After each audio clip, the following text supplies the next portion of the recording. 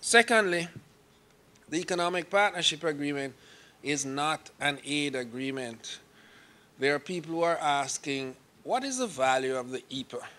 How much money are they giving us? It's not an aid agreement. It's a trade agreement. And it's a hand up, it's not a handout. So all those who are judging it by aid need to understand what it's about. Thirdly, in our previous arrangements with the European Union, we were supplicants in the sense that we said, look, we need special treatment, we need aid, we want preferential arrangements for sugar and banana, and we got it, but we gave nothing. We gave nothing. This time around, the Europeans have said that we have some interest.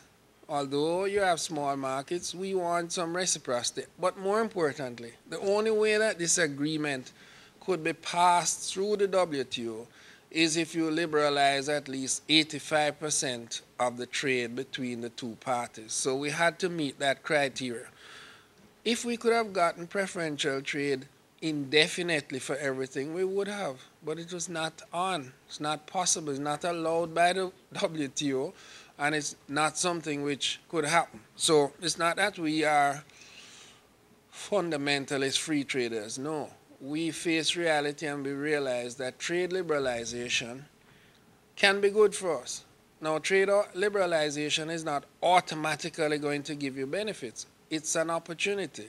It's a necessary but not sufficient condition. We have to take advantage of it. So we did trade liberalization knowing that it creates opportunities. But if these are to come to fruition, we have to make use of them.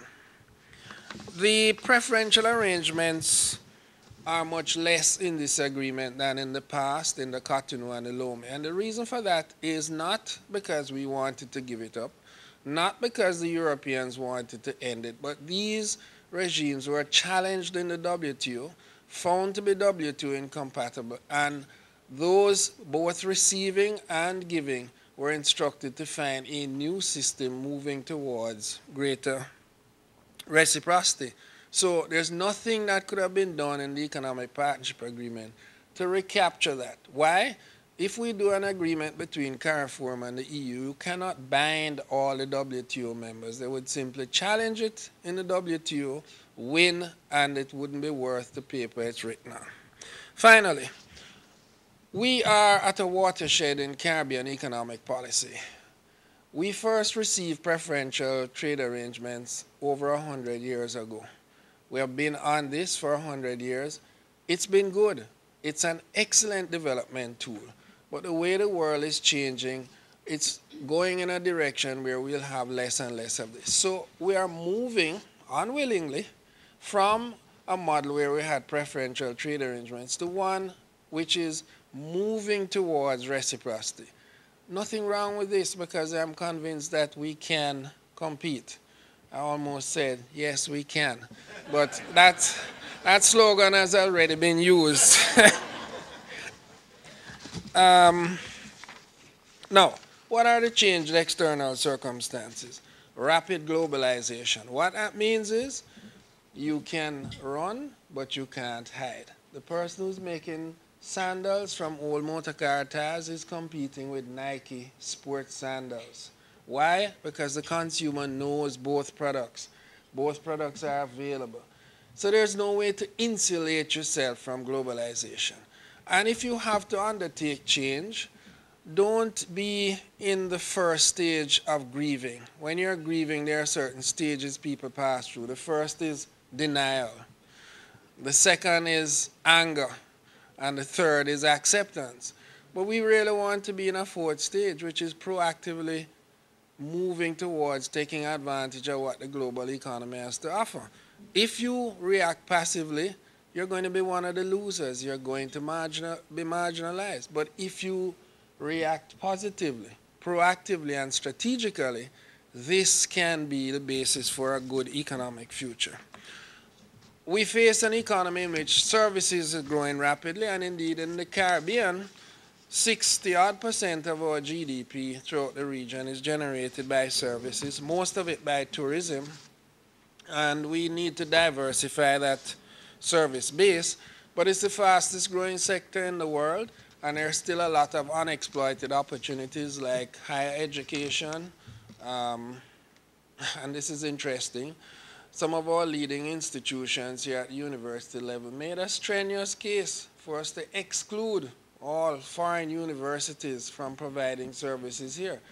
And we said, no, you have a comparative advantage. You have been here, you're the Caribbean institution. Why would you fear competition? So we should be looking not to exclude competition, but to export our services. Why not our universities have campuses in London, New York? Why not by internet? I can do a law degree from here to several universities in England, but I can't do it if I live in Montego Bay because I'd have to drive over to Kingston every day. Not possible. So we shouldn't run from competition. Rapid technological change. If you're like me, who is just barely struggling along on the computer, you will know the importance of technological change. But my BlackBerry is a wonderful thing. So seize the technology and use it, even if it's not your inclination. So, in this changing context, we did the Economic Partnership Agreement. Now, let us look at what are the features of our economy that we want to change, and let us look at our goals.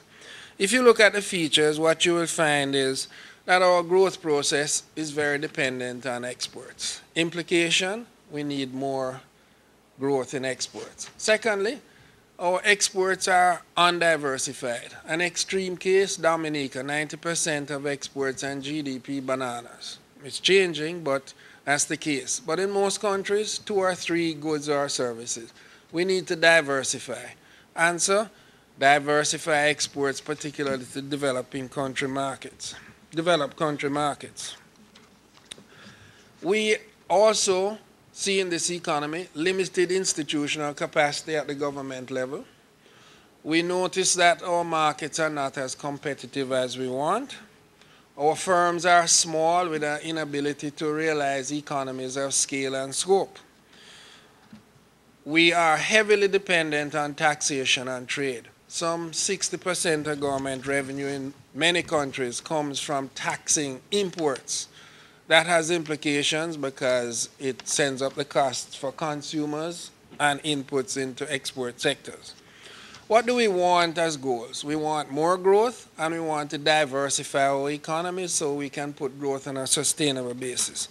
So now, against those background, let us look at what is in the EPA, and then we will see how the EPA addresses those concerns.